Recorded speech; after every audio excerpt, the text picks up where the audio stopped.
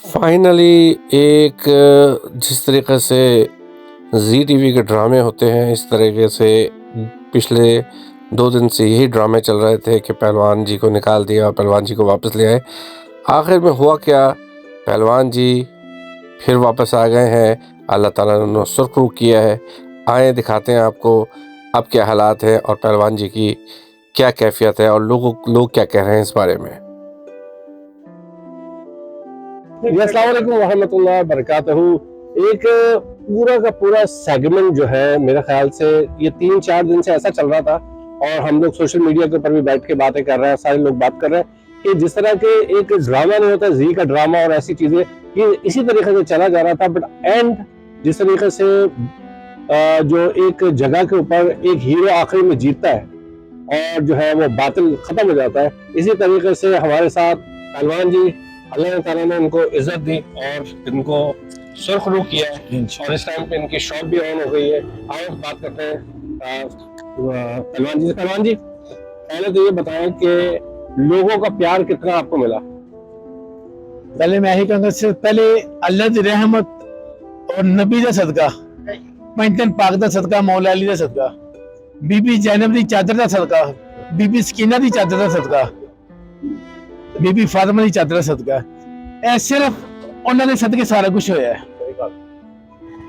जिन्नी की सपोर्ट मेरे नाल स्टूडेंट ने ऐसे रिवाज में किया। Thank you thank you thank you. अब ये देखें कि आपको सारे लोग रुकते जा रहे हैं, आप तो स्टार नहीं बन गए, क्या कहते हो? नहीं जी, मैं स्टार नहीं जी, मेरे स्टार है स्टूडेंट ने, बिल्कुल जिन्होंने मेरी मां भैन ने दुआवां की जेह्ड़े कि मैं अमेरिका तो मैं फोन आ रहे थे, यूरोप तो फोन आ रहे थे। अच्छा। ते बहुत ज्यादा मैं फोन आ रहे थे, यूएस तो भी ते बहुत मेहरबानी। मैं किसी की कोई पगड़ी नहीं उछाल नहीं चाहता और जो भी कहना पे वो सारा ही झूठ है। इसलिए क्योंकि तू मेरी फैमिली ने रखना कोई अगेन गल की है, अल्लाह तेरा भला करे, कोई गल नहीं। तू की मेरे नाल, तू सिर्फ अपने गेमा नहीं झाक ले, मैं कुछ नहीं कहूँगा।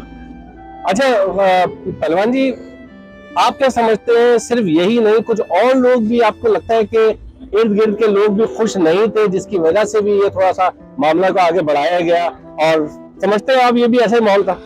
सर मैं एक गल करांगा, जो मौला अली शेर खुदा दी जंग हुई ना, सामने मुसलमान से बगैरत जदीद और मुसलमान सी, नमाज भी पढ़ता सी, कुरान भी पढ़ती, बाकी दिल दे विच ना, दिल दे विच कुफर सी, मुनाफिकत सी।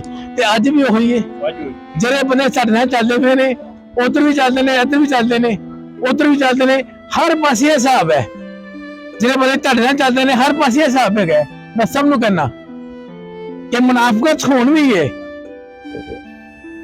मुनाफिकत कभी नहीं मरेगी, बाकी की चीजें जज रखना। अच्छा, आपकी जब मैंने फर्स्ट वीडियो बनाई थी, जब आपने फर्स्ट टाइम ओपन किया था, तब भी आपने एक अल्फाज बोले थे कि मुझे वो 2 बच्चे जिनके पास 5 पाउंड थे जी, जब आपने अभी बाहर गए थे तो आपका दिल क्या वही सर याद आ रहा था आपको? सर मैं तुहानू दसना पिया कि ऐसे कुछ फैमिलियां आंदियां सी, खुदा शाहिद है, कोई जो मर्जी समझे, मैंने कोई परवाह नहीं की।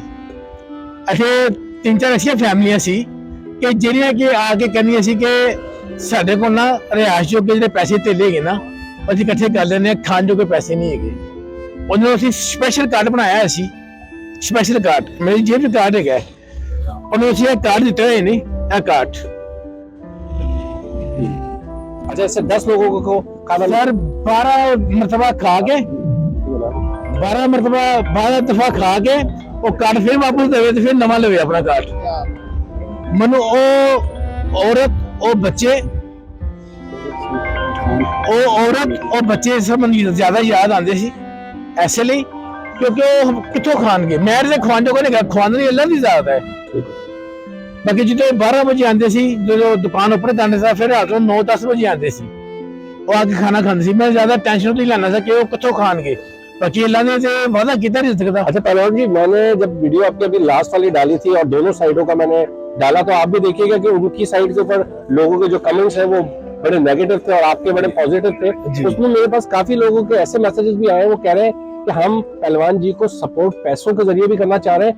आप क्या अब अगली ब्रांच के लिए भी अगर सोचेंगे? क्या मैं इंशाल्लाह ताला हुन ब्रांचेस नहीं, ब्रांचें खोलूंगा इंशाल्लाह ताला। ओदिया वजूहात है कि जेन मेरा पहले भी हैगा सी और जरा बंदा कहता मैं चैरिटी लेके गया वा एक बंदा भी आके कह दे मैं भलवान को चैरिटी दिता है ए सड़क दे विच आके मेरी धौन ला दे या जुत्तियां ना कुटना मनो मैं खुले चैलेंज करना पिया मैं अपना नंबर भी देता है मैं फिर अपना नंबर ठीक है जी बिल्कुल मिल गया। अच्छा इसके अलावा अपना पहलवान जी यहाँ के बड़े बड़े लोग आए जिस तरह हमारे साथ इस टाइम ओवरसीज पाकिस्तान के इनके प्रेसिडेंट भी मौजूद है, इनके सारा ये ग्रुप आया हुआ है इस टाइम के ऊपर, इन्होंने आपको बड़ा सपोर्ट किया हर जगह के ऊपर।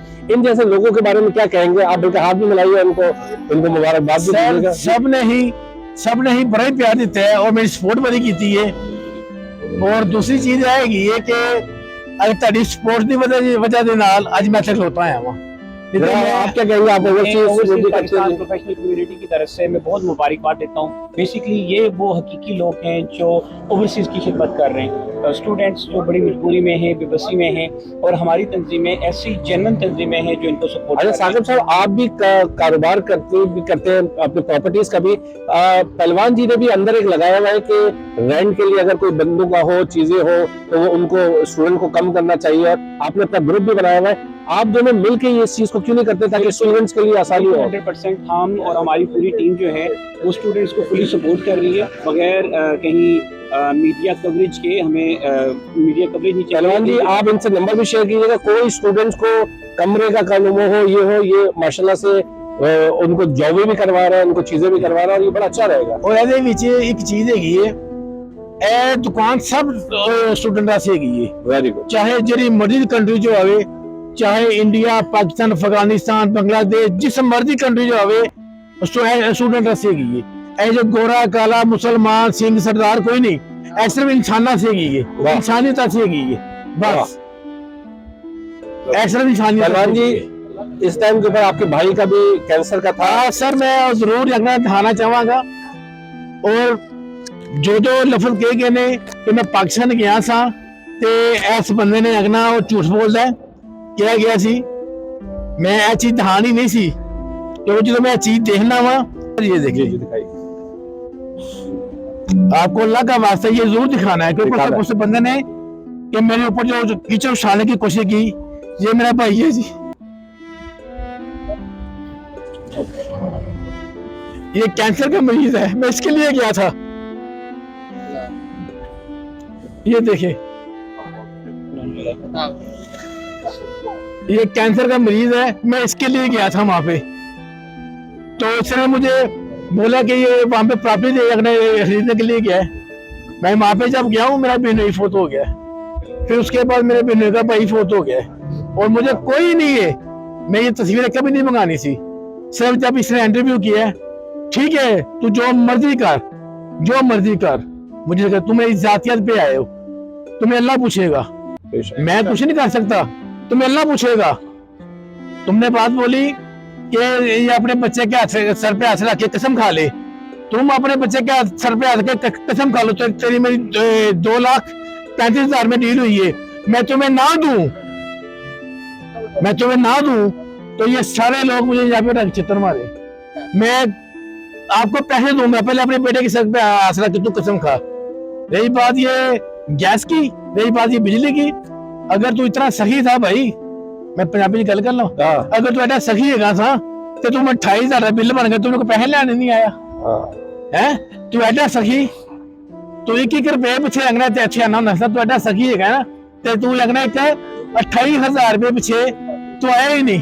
425 रुपए का वो आया था बिजनेस का, कुछ एक ही फौरन दिया मेरी गल। उस तो बाद की है जो परसों चौथ दुकान खुलने तो पहले मैंने कहना था कि बिल आ गया हाँ मैं खुदा दे बंदे तू तो वो काम किया कि नाले चोर नाले चतर, और जो चूहों का अभी एक मिनट उस तो बाद ए तेन पता है तू हम रिपोर्टा करना फिरना वो तो रजिस्टर ही नहीं, मैं तेन रोज कहना था मुझे बिल हाँ मेरे को बिल है 28,000 पाउंड बिल हो गया, तो मेरे को लेने नहीं आया, वाह सही गैस वाला अभी देख के गया है, गैस वाला देख के गया 28,000 बिल आया है तो मेरे को लगे ना, कैसी गल है यार। पहलवान जी दिखा रहा है। सारी बातों की एक बात ऊपर आपका बोर्ड लगा हुआ है सारा दुकान खुल गई है, अब अल्लाह ने इज्जत दे दी है। क्या अल्लाह ने इज्जत रोकी? ये अल्लाह ने इज्जत दी है। ਇਹ ਮੇਰੇ ਭੈਣ ਭਰਾ ਨੇ ਦੁਆਵਾਂ ਕੀਤੀਆਂ, ਮੇਰੀ ਮਾਵਾਂ ਭੈਣ ਨੇ ਦੁਆਵਾਂ ਕੀਤੀਆਂ, ਹਰ ਮੁਲਕ ਚੋਂ ਇਹ ਦੁਆਵਾਂ ਕੰਮ ਆ ਗਈਆਂ। बेशक ਇਹ ਦੁਆਵਾਂ ਕੰਮ ਆਈਆਂ, ਹੋਰ ਕੁਛ ਨਹੀਂ। बेशक और ਮੈਨੂੰ ਐਡਾ ਹੌਸਲਾ ਨਹੀਂ ਸੀਗਾ। ਅੱਲਾਹ ਦਾ ਸ਼ੁਕਰ ਹੈਗਾ ਕਿ ਅੱਲਾਹ ਨੇ ਮੈਨੂੰ ਹੌਸਲਾ ਦਿੱਤਾ। मैं अल्लाह का जितना शुक्र अदा करा थोड़ा है। आखिर के अंदर पहलवान जी लोगों को बता दें कि फिर खुल गई है पहलवान, इंशाल्लाह शुरू हो जाएगा इंशाल्लाह ताला।